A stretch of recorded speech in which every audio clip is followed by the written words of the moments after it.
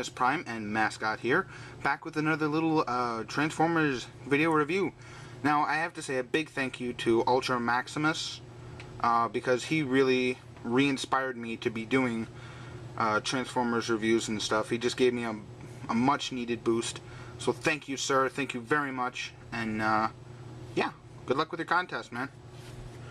And we'll move right on to the toy for today. You see we have here Transformers RID Cliffjumper. Now this is on a little stand, so I figured, you know, me, whatever. A little different this time. Oh, man. He's a car. Repro label sticker there. Nice Autobot logo. I really, because the one thing with these RID figures is they... Mine's a little dusty. Why are you dusty? Anyway, he has no Autobot or Decepticon logos on them at all, in some cases. None on Cliffjumper, and none on Bumblebee, being the only two that I have. Well, actually, hang on a second. Yeah. I have Wheeljack, Bumblebee, Cliffjumper, Prime, and Megatron. And none of them have robot or Autobot insignias, aside from Prime. Prime has one right there on his shoulder. Megatron has one in his chest. But any of the deluxes, not an insignia logo on them at all. There's a sticker there. Why is there? Yeah, oh well. But I kinda like this car mode. I don't completely hate it. Nah. There are some things that, you know, I don't like the MechTech ports. I don't care what anybody says. These are MechTech ports, okay? We got enough MechTech with Dark of the Moon. I don't want any more MechTech. Ugh. And he does have visible head syndrome, right there. Kind of visible feet syndrome too. So, the clear windows. I never liked these on Transformers. Yeah, where it does give a more vehicle look to them. I'm just gonna grab Cybertronian B here. Even if they're tinted like on B here. Wow, that's a lot. There's a lot more light coming in on my camera. But the dark panel lines just go to hide that. Okay, B's a bad example because you can see everything, but you know, we'll move on. Rolls like an Autobot car should. But now we'll get down to transformation. So, what you want to do to transform this guy, take the back section here, split it. Just kind of move it, grab it, wiggle it up. So it kind of looks like the Micron Arms Cliffjumper with those big thruster things there. So, now what you want to do, take these side panels here. You can't see that at all.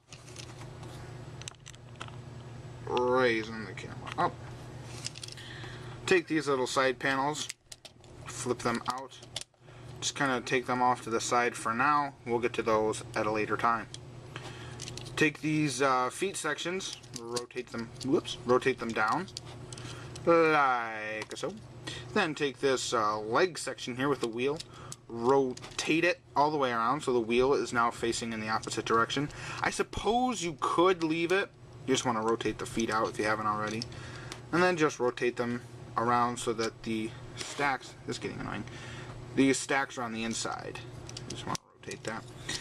And I don't know which one. This one looks more uniform to me, so we'll just keep on rotating that. And here you have him in the explode mode. This is Movieverse Cliffjumper. Get that guy out of the way. What you want to take is this back section here, kind of snap it, bring it up. So you have this backpack section going on here, but I'll get to that later. You want to rotate this around, set them like that. And then what you want to do is the worst part of the transformation, I think. Oh, wait, hang on. I'll take this hood section, you can't see that, but this hood section here, and just fold it down. Now, wait a minute. What you can choose to do is fold this out and fold this in so it hides the horns in the back and gives it kind of a more uniform look. Or you can choose to leave the horns out like that. Honestly, I prefer to have them tucked away. Kind of hides the... makes it a straighter backpack too. But now you come, as I said, to the worst part of the transformation. That is his upper body. And I really do not like the upper body on this guy. Mainly because all you do to transform it, take these, rotate them down, take this section, fold it up. Putting my camera up as high as it can go, there we go. Take this arm, or this hand, rotate it down. This glass window here, fold it in like that. Oops, rotated the hand the wrong way. So you want it out like that.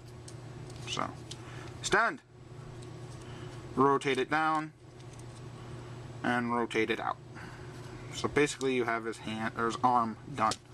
Second verse is just like the first. Rotate, fold, and fold. Now the ingenuity in his arms is really kind of cool. But the execution just, What you want to do, take these and fold them all the way down. And when you do that, it'll raise his head up. But these plastic gears just, whoever invented plastic gears I think should be shot. Quite honestly. So you just move those down, and gotta move my camera back down. So, there's Cliffjumper. Yeah.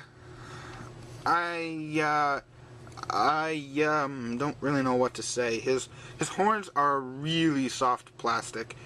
It comes with a hammer. Where'd I put it? Where'd I? Aha! Behind the TARDIS.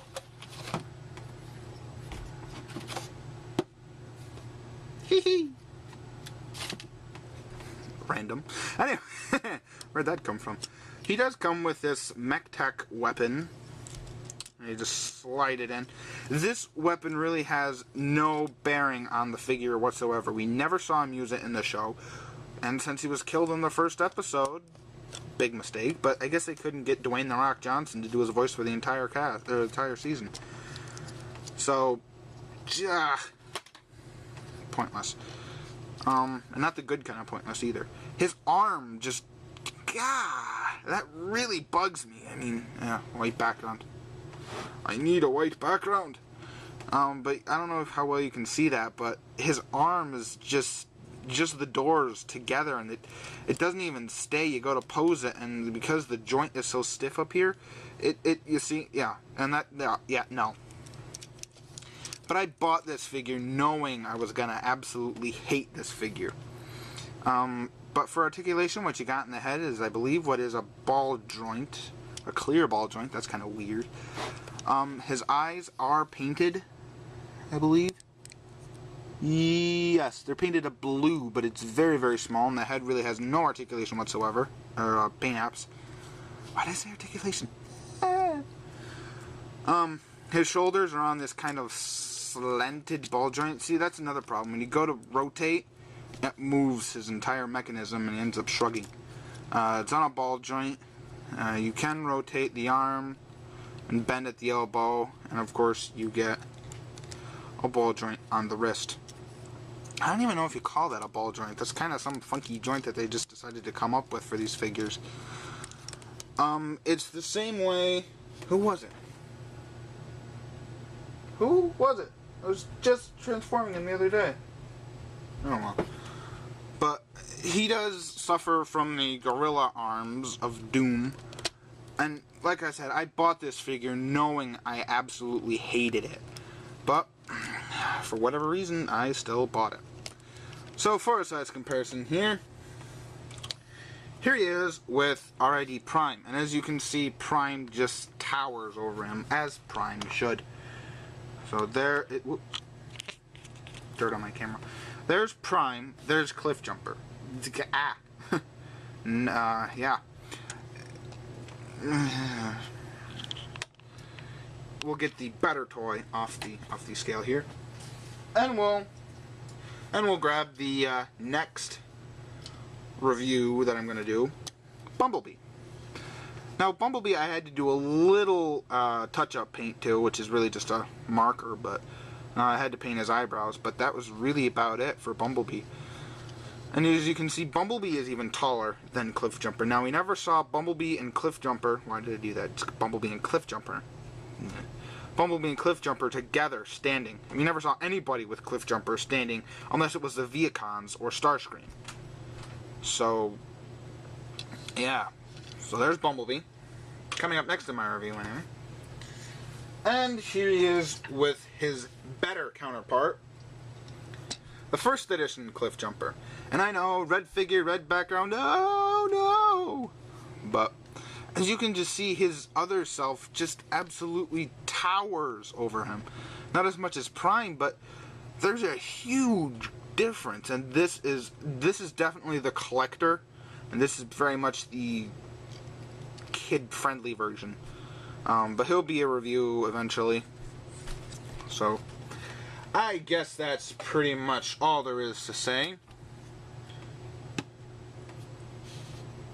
So there is Cliffjumper, mascot, and this is Roctimus Prime saying thank you guys for tuning in. I'll catch you later. Bye.